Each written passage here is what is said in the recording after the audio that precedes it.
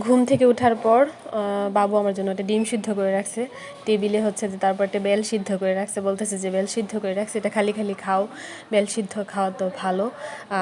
আমি বললাম আচ্ছা ঠিক আছে, ফ্রেশ ট্রেশ হয়ে খাইতেছি। তো এখন হচ্ছে যে আমি ফ্রেশ ট্রেশ হবো, তারপর আর কি ডিম সিদ্ধ দিতে এগুলো খাবো। আর আমি তো ডাক্তার দেখাইছিলাম পেট ব্যথার জন্য, ডান দিকে ব্যথাটার জন্য। আমি এখনও না কোনো প্রোগ্রেস বুঝতে পারতেছি না, আমার ব্যথাটা লাগেই। এখন দেখি 7 দিনের ওষুধ দিচ্ছে, 4 দিন তো প্রায় হয়েই গেল। আর 3টা দিন দেখি, নয়তো বা পরে আবার যাইতে হবে ডাক্তারের কাছে। তবে আমাকে ডাক্তার আবার যাইতে বলে নাই, কিছু বলে নাই আর কি, যে আবার আইসো বা এরকম কিছু বলে না, জাস্ট বলছে এটা মেজর কিছু না, ওষুধ খাও ঠিক হয়ে যাবে।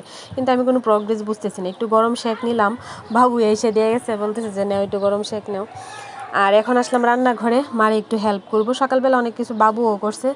সকালবেলা দেখা যায় যে মানে বাবু কিছু না কিছু রান্না করে ফেলে বা অনেক কিছু আগায় রাখে, এরকম আর কি। তো এখন হচ্ছে মা করবে আর কি, তো আমিও একটু আসলাম, মানে ওইরকম মেজর কিছু না, টুকটাক আর কি, একটু একটু আধটু মারে হেল্প করতেছি। পাট শাকটা একটু ধুইলাম, ধুয়ে যে পাট শাকটা বসাইতেছি। আর হচ্ছে যে রসুন টসুন মাই কাইটে দিছে, আমি জাস্ট একটু থেতু করে যে এখানে বসাই দিছি। ভাতটা তো মাই বসাইছে। একদম শুয়ে বসে থাকতে না ভাল লাগে না। আর আমাদের বাসায় এখন আসলে দেখা যায় আমার এরকম কোনো কাজ করতে হয় না, বা তারা করতে দেয়ও না। আর এখন তো আমি আরও অসুস্থ, আমার তো আরও এখন কিছু করতে দেয় না, কিন্তু একদম ভাল লাগে না, মানে কাজ না করে থাকতে ভালোও লাগে না। যাই হোক, পাট শাকগুলো এখন মা দিতেছে, বলতেছে যে আমি দেই, তুমি তো এক হাতে ধইরা মোবাইল ধরে দিতে পারবা না, আমি দেই।